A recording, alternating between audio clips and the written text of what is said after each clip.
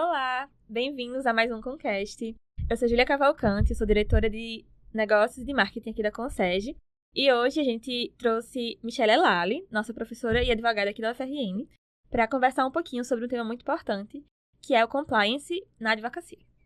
Bom, gente, prazer. Sou Letícia Holanda, diretora de pesquisa e pessoas dentro da Concege. É um prazer que a gente tem a doutora Michelle Elali aqui com a gente. Sou Michelle, sou professora do Departamento de Direito Privado aqui da UFRN, sou advogada, sobretudo atuante no universo do direito empresarial e patrimonial, e hoje venho com a maior satisfação conversar com o Concege, que é essa iniciativa Potiguar de Empresa Júnior, que cuida do empreendedor Potiguar aqui na UFRN, para a gente conversar um pouquinho sobre essas pautas que estão em alta, que aí vão trazer e a gente vem com tudo. Professora, a primeira pergunta que eu queria fazer é porque o compliance é um ramo que vem crescendo bastante, né, dentro do mundo empresarial e tudo mais. Então, eu queria saber o que de fato é compliance e qual a importância dele dentro das empresas. Primeiramente, obrigada pelo convite, satisfação imensa estar aqui com a equipe do Concege. Mais do que tudo, são minhas alunas esse semestre.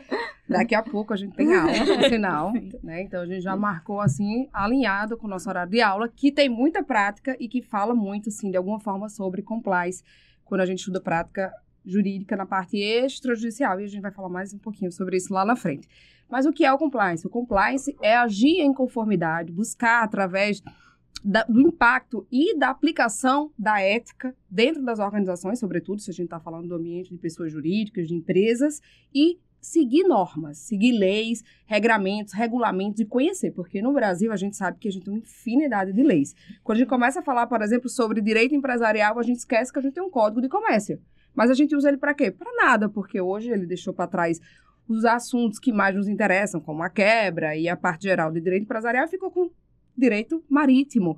Quem é que vai parar para estudar comércio marítimo hoje em dia? Muito pouco, né? O grupo de pessoas que vai fazer isso. Então, a gente termina até esquecendo que tem esse tipo de norma. Então, imagina a quantidade de normas que são editadas no Brasil. Agir em conformidade não é uma coisa fácil.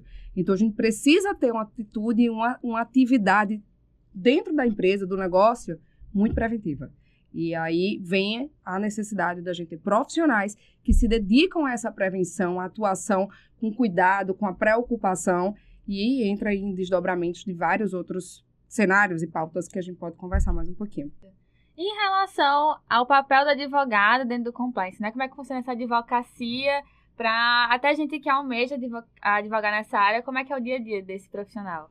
Então, quando a gente fala de compliance, a gente pode ir para a perspectiva interna e externa do compliance. A perspectiva interna, ela se preocupa, sobretudo, em editar normas dentro da empresa. É muito importante que a gente tenha pessoas que estejam extremamente capacitadas e conhecedoras do ambiente jurídico, então é importante que sejam, se possível, advogados, para estarem implementando, ou terceirizados, né? Advogados terceirizados, contratados para isso, políticas dentro da empresa. Então, a gente tem a conformidade interna, que é o compliance interno, e o externo. O interno, ele está preocupado em editar, conforme o cenário e a realidade daquela empresa, normas que se apliquem àquela instituição. E que aí a gente consiga operar e funcionar com saúde, com organização, com respeito ao próximo, buscando percorrer aí um caminho alicerçado em princípios, que é o que a gente mais deseja. Então, quando a gente fala em compliance interno, a gente pensa em código de conduta.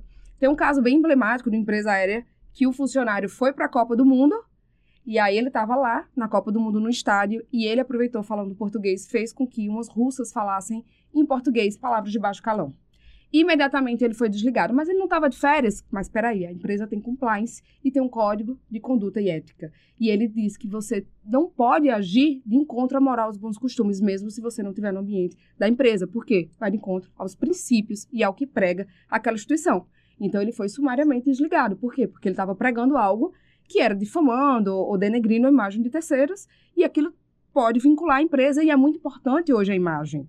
Né? A gente sabe que a imagem social, com essa política de cancelamento, é cada vez mais exige a nossa atenção, o nosso cuidado, porque sempre a gente vincula. Você, quando veste uma camisa dessa, você não é aluna A, aluna B, fulano, beltrano. Você é Concege, então você representa uma instituição, você representa uma bandeira. Então é importante que a gente tenha alguns cuidados. Por quê? Porque a norma nem sempre vai trazer previsão de tudo ou entende todos os arranjos e cenários. Então, a gente faz regimentos internos, códigos de condutas, protocolos de operação para trazer segurança sobre como funcionam as coisas. E o mais importante, tem a perspectiva também dessa segurança se dar dentro de um cenário em que a governança aceite e respeite essas políticas. Então, a gente tem contratos sociais, acordos de sócios cada vez mais blindados.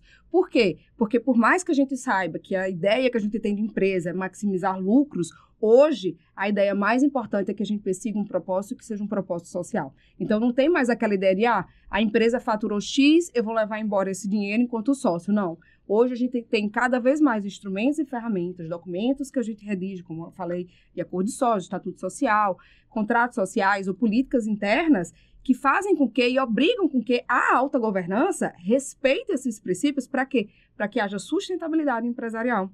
A gente não tem como sustentar uma empresa sem a gente mitigar riscos. E a gente mitiga riscos como? Prevenindo. E a gente previne quando? Como? Impondo normas. Então, a gente tem as normas internas, que são essas que muitas vezes são editadas pelos próprios advogados, com o regimento interno, tudo isso que a gente vem falando, e tem as externas, por óbvio. Quando a gente conversa, por exemplo, sobre determinados ramos empresariais, a gente precisa conhecer normativas do Bacen, do Banco Central, que se você atua com pesca, você não precisa, mas precisa, em compensação, se preocupar com outras instituições, outros regramentos. A gente sabe que hoje, no cenário nacional, ainda existe muito amadorismo no empreendedorismo. Essa é a verdade. A gente tem uma realidade em que você tem alguma habilidade técnica de ordem paralela ao universo empreendedor e você começa a se destacar nessa habilidade. Vamos supor, você é uma excelente boleira e você começa a vender bolo, e de repente você diz, nossa, por que eu não monto o meu próprio negócio? Só que aí você esquece que na hora que você monta o seu próprio negócio, você deixa de ser boleiro e sua atividade principal passa a ser empreendedora. E aí é nessa hora que a gente percebe o quanto a gente é amador, porque empreender é a profissão mais difícil e desafiadora que tem. E se manter atualizado, conseguir manter-se no mercado, exige muito compliance, muitas atividades preventivas, muitas atividades de conformidade, atuar com muita ética e transparência, até porque não só em virtude do marketing, né, porque a gente sabe que existe muita publicização de tudo que é feito, a gente tem que buscar um propósito social. A gente tem que estar preocupado com a sociedade. O que é que a gente quer com essa empresa? Hoje, você não conquista mercado. Para quem faz isso como estratégia de mercado, também funciona. Porque você não conquista mercado sem apaixonar o seu consumidor por um propósito. Você prefere hoje deixar de consumir em alguma empresa porque você não se identifica com ela em virtude de alguma conduta que ela tem. Então, essas perspectivas, esses aspectos são extremamente importantes quando o advogado chega para atuar. Então, vai desde a parte da contratação. É muito comum que você pega um advogado e fala, eu assinei esse contrato, doutora, eu não li, não vi. Hoje mesmo eu estava vendo um contrato de rescisão de locação comercial que estava invadíssimo de vícios e eu sempre pergunto, por que você não mandou o contrato antes para a gente ler? É sempre o que acontece. Por quê? Porque a gente sempre tem a ação repressiva, posterior, a gente não tem muito essa cultura da prevenção. E a gente tem uma dificuldade muito grande de mensurar o que a gente deixa de gastar. Então, assim, essa prevenção de mitigação de riscos, ela é algo que muitas vezes só vem para quem já tem experiência, quem já caiu, já levou pancada e disse, meu Deus, eu preciso ter cuidado, eu preciso de uma assessoria jurídica de qualidade. E aí, a grande maioria tá ali começando o empreendedorismo, vai na cara e na coragem, e muitas vezes por quê? Porque além de não ter conhecimento técnico, e a gente sabe que a gente tem uma deficiência muito grande educacional no Brasil, sobretudo, a gente mal sabe finanças. Você pega uma pessoa que vai trabalhar, quando ela entra no mercado de trabalho, ela não tem a menor noção que ninguém no Brasil recebe um salário mínimo propriamente, porque você vai ter descontos. No mínimo, você vai ter o desconto do INSS, que é a sua parcela patronal, né? Aquele que é descontado de você para um dia você se aposentar, ou enfim, ter assistência do INSS, precisar ficar doente, ou licença maternidade e tal. E você não tem essa consciência, muitas vezes, porque a gente não foi educado para isso. Então, a gente não sabe nem coisas básicas sobre FGTS, INSS, imposto de renda. Quando a gente está numa juventude, imagine sobre constituir uma pessoa jurídica. Falta a consciência do peso, do que é e a importância que é você transformar uma ideia numa pessoa, que é a pessoa jurídica que você resolveu criar. Dentro dessa perspectiva que a senhora estava falando, dentro do cenário empresarial brasileiro hoje, como é que você enxerga que a importância que os empreendedores dão para o compliance dentro da realidade deles, no dia a dia? Então, como eu vinha dizendo, né? A alta governança, quem está preocupado com fazer com que aquele mercado funcione para ele, fazer com que seja exitoso o negócio dele, porque ele tem um propósito, porque ele quer lucro, ele normalmente ele é uma pessoa mais instruída. Por quê? Porque a alta governança, além dela ser mais experiente, muitas vezes, quando ela busca mais compliance, ela também tem a noção de que riscos precisam ser mitigados. Então, no Brasil, a gente está tentando ainda implementar cada vez mais a cultura da prevenção. A gente não tem essa cultura do cuidado prévio, desde a elaboração de um contrato ou a necessidade de um código de conduta dentro da sua empresa para que você não esteja diante de funcionários que têm condutas diferentes que você tem de expectativa e você não tem como exigir nada. Porque se você for ao pé da letra da lei, aquilo ali está sendo cumprido pelo funcionário, mas você quer outras posturas, outras condutas e você não consegue alcançar. Então, dentro desse contexto da governança, a gente percebe que a empresa, ela precisa ser gerida por pessoas que pensem na sustentabilidade. E aí eu pego logo a deixa para falar que a gente falou mais cedo hoje, quando a gente estava conversando sobre a ESG, né? Essa sigla tão famosa que está na moda, o que seria o ESG, Environmental, Social and Governance. Eu até brinco dizendo sempre que a governança deveria vir à frente. Afinal de contas, quem manda na empresa é quem está lá em cima, são os acionistas. E uma empresa sustentável, muito antes dela estar pensando no meio ambiente, na sua atividade operacional, ela tem que pensar em como ela consegue existir independentemente das pessoas. Então, ela tem que ter bons protocolos, bons procedimentos, isso é compliance. Então, a gente precisa despessoalizar muitos atos. A gente precisa ter imparcialidade. E aí, quando a gente começa a falar na autogovernança, que a gente entra em temas como imparcialidade, como é que eu chego lá em cima? Como é que eu chego no topo de uma empresa? Se você tem governança, se você pensa na sustentabilidade nessa empresa, você tem o quê? Planos de cargos e salários. Você tem isso claro, você oportuniza, você traz isonomia. Então, se você tem planos de cargos e salários, você precisa de um advogado para organizar isso. Para dizer como é que eu chego lá em cima. Você tem que explicar para o chão de fábrica como é que ele chega na direção da fábrica.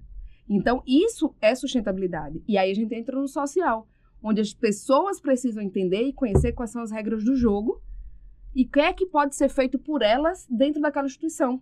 Qual é o propósito daquela instituição. Então, se a gente tem regras, compliance, se a gente pensa na sustentabilidade, a gente pensa em quê? Nas pessoas. Porque todo empreendimento, toda entidade, ela é feita de pessoas. Se as pessoas não estão felizes, motivadas, engajadas, e se elas não acreditam naquele propósito, essa empresa não vai prosperar. E a gente precisa, então, de muita clareza, de muita regra, de tudo muito pontuado. Então, na hora que você entra numa empresa que você diz assim, se eu fizer isso, preencher esse requisito, eu vou ser bonificado. Essa empresa me proporciona isso e isso, que tem valor e importância para mim. Quais são os seus principais valores? Estão de acordo com os da empresa? A empresa tem que deixar claro. A gente precisa escancarar quais são os valores da empresa. E, o mais importante, tornar isso imparcial, uma política. Porque não adianta a política das intenções. Né? A gente, eu gostaria, ou então eu vou e faço isso por você de forma aleatória, por você eu já não faço. Isso, na verdade, em vez de surtir o efeito que a gente gostaria, ele surte dois efeitos que não são positivos. O primeiro, o empregado quando recebe, por exemplo, no contexto empresarial, alguma gentileza, ele não tem esse senso de que existe alguma troca de favor ali. E, por outro lado, o seu colega que não recebeu a mesma gentileza, se a gente chamar de gentileza, uma concessão, um curso fora, que foi lhe dado uma bolsa, ou um plano de saúde que determinado setor tem, outro setor não tem.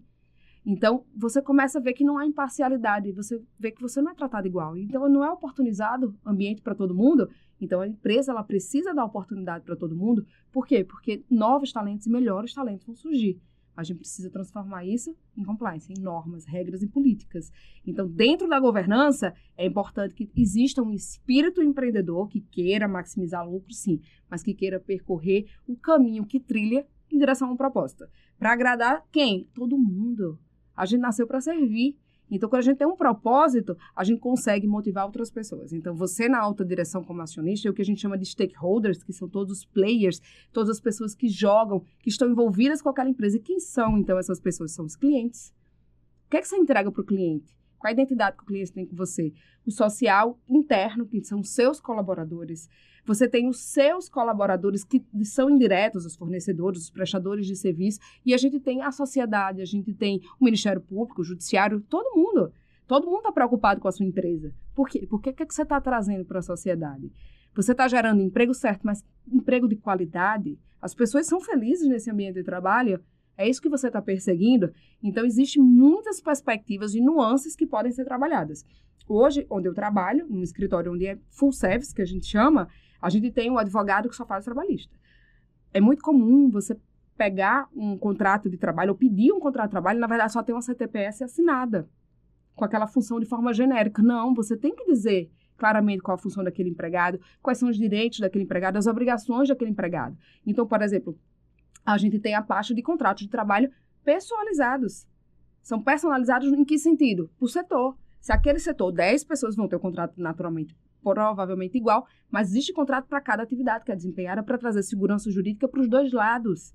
Para a gente saber o que a gente está esperando e você saber o que você tem de direitos e obrigações. Então, a gente tem um setor trabalhista, que aí tem código de conduta, tem contratos de trabalho, tem um monte de normativas, NRs. As normativas no universo do direito do trabalho são uma coisa infindável. Porque quando a gente fala, por exemplo, de EPI, né, que são nossos equipamentos de proteção individual, não basta você fornecer, você tem que treinar e fiscalizar. Se você não fiscaliza o uso da EPI, a responsabilidade é sua. E é muito comum que só se entregue. E aí você vira os códigos, de repente sofre um acidente. Por quê? Porque a gente tem que visualizar que muita gente está em campo. Você tem um funcionário trabalhando e você não está conseguindo ter certeza que ele está usando a EPI, porque nem sempre a gente está dentro.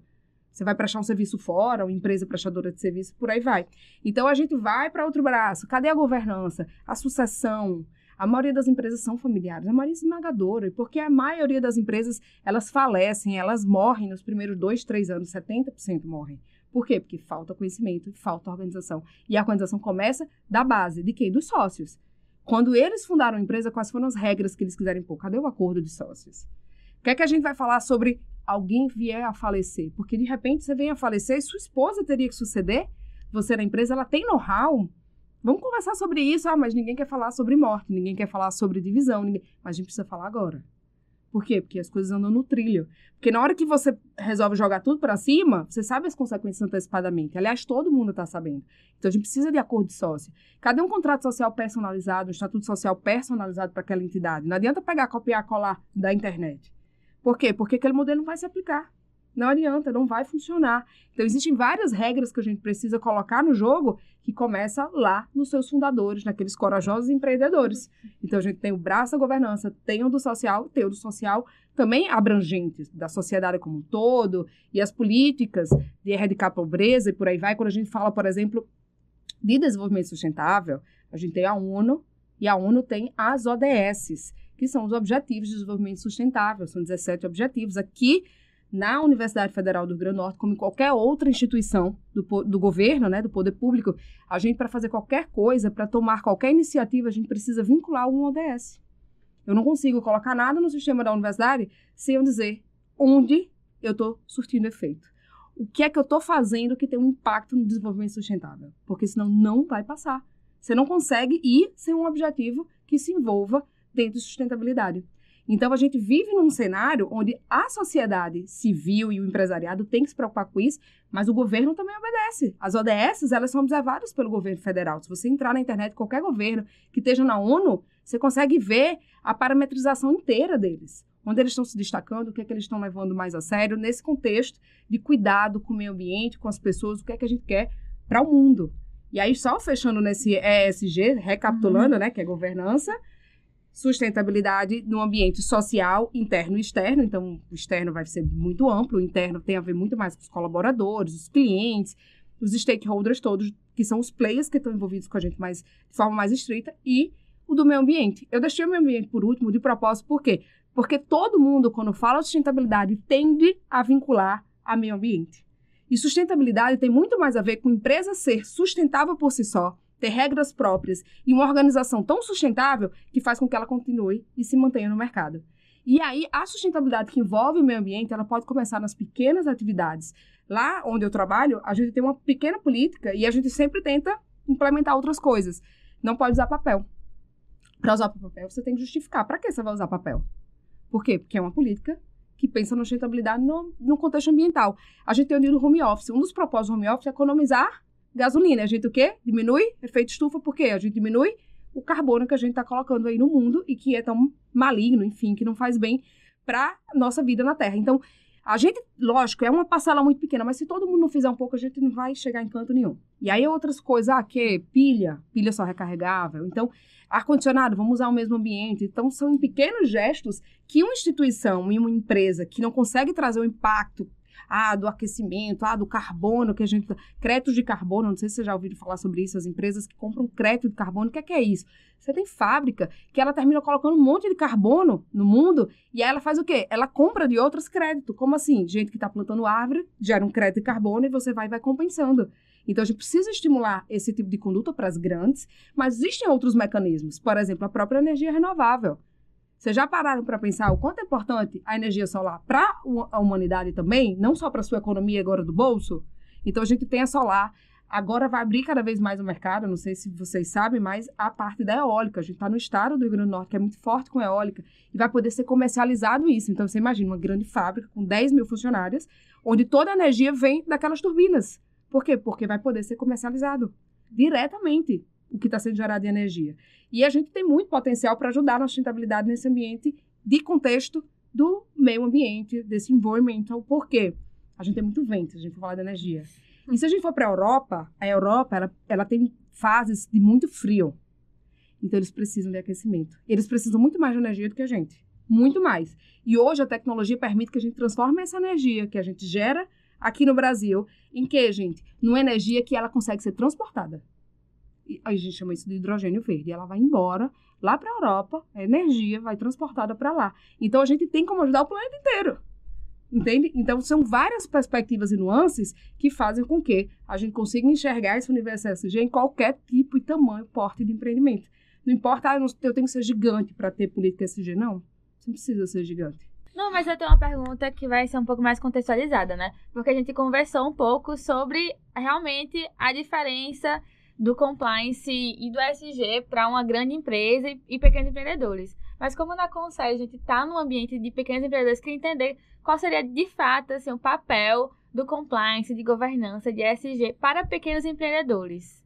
Por exemplo, hoje existe sim um movimento cada vez mais forte de aquisições.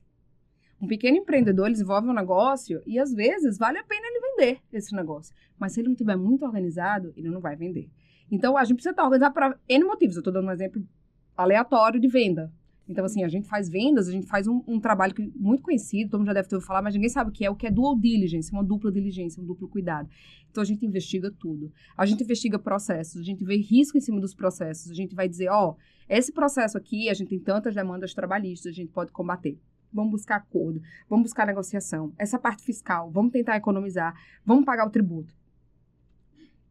Sai um programa novo do governo que permite a gente correr atrás disso para diminuir as nossas despesas, porque existem N programas, existe o Simples Nacional, a gente está com o Refis agora que foi postergado, os juros estão saindo, gente, da parte de fiscal, que é a primeira coisa que o empreendedor deixa de pagar na hora que ele está apertado, porque você não consegue deixar de pagar a energia que você está consumindo, nem o seu fornecedor, mas você deixa de pagar muitas vezes do tributo. Então, aquilo se avaluma, e aí a gente tem programas de parcelamento como está agora. A gente está com um programa que só está ficando com 10%, está dando 90% de desconto em multa, juros. Então, assim, é muito vantajoso. Então, um advogado antenado, um advogado que trabalha com isso, qualquer porta empresarial, ele está sempre o quê? Organizando aquela empresa. A empresa é pequenininha, ela está com esse programa agora, ela tem essa vantagem X, Y, Z agora. Então, organizar, o senhor tem uma empresa, vamos organizar como é que vai ser o planejamento sucessório dessa empresa, quem vai ficar à frente, vamos organizar através de documentos, de segurança jurídica. Por quê? Porque pode ser que tome um destino que o senhor não queria, o senhor construiu um patrimônio e lutou tanto para ter a sua empresa, de repente isso pode cair por terra porque seus filhos não vão concordar, eventualmente você tem 4 filhos, só um trabalha na empresa, outros 3 vão querer só receber, como é que vai ficar isso? Então a gente pode organizar essa parte. Então tem vários aspectos que a gente pensa e é engraçado, porque pequenos empreendedores já chegam pra gente e fazem, eu queria um dossiê de mim mesmo. E é chocante. Porque eles sentam na nossa frente 1, 2 meses depois, que a gente faz todo o levantamento possível, e a gente identifica um monte de situação. Por exemplo, irregularidades imobiliárias no ambiente empresarial, de pessoas físicas. Mais de metade dos imóveis do Brasil são irregulares. E isso tem muitas consequências. Então, quando a gente faz uma diligência, quando a gente cuida daquela pessoa, ela tem consciência onde ela precisa melhorar, como é que ela pode se organizar para prosperar. para crescer, para desenvolver um trabalho que ela espera e que ela deseja. Então, essa é a ideia da importância, e existe uma política, uma campanha, um movimento social da gente tentar desburocratizar as coisas e, principalmente, tirar do judiciário discussões, tirar do judiciário situações que poderiam não estar lá. Por quê? Porque lá demora, porque o judiciário está assoberbado de demanda, porque é custoso, porque é incerto o resultado. Então, a gente tem esse papel enquanto advogado, enquanto operador do direito, de procurar, através da prevenção e do cuidado, a gente tomar conta dessas empresas para que elas tenham um melhor rumo e prosperem. A gente só tem a agradecer pela sua presença aqui no nosso podcast. É uma honra e privilégio ter você aqui conosco e dividir um pouco de todo o seu conhecimento e experiência sobre o assunto. Perfeito, só reitero tudo que a Letícia falou. É um grande privilégio pra gente ter a senhora aqui. E espero que no futuro a senhora possa voltar a participar do podcast com a gente sobre outros temas, porque acredito que tudo que a senhora nos passa no dia a dia em sala de aula é muito relevante para ser trazido para cá. Obrigada a todos. Continuem dando muito ibope pro Concege, pro podcast do Concege. Virei sempre que for convidado e for possível. É um prazer, uma alegria, satisfação conversar sobre essa e qualquer outra temática com vocês, que são uma iniciativa incrível e que cuidam do empreendedor potiguar. Obrigada. Perfeito. Obrigada. Até a próxima, pessoal. Fiquem de olho nas nossas redes sociais, @ConsegeUFRN, para acompanhar os próximos episódios também.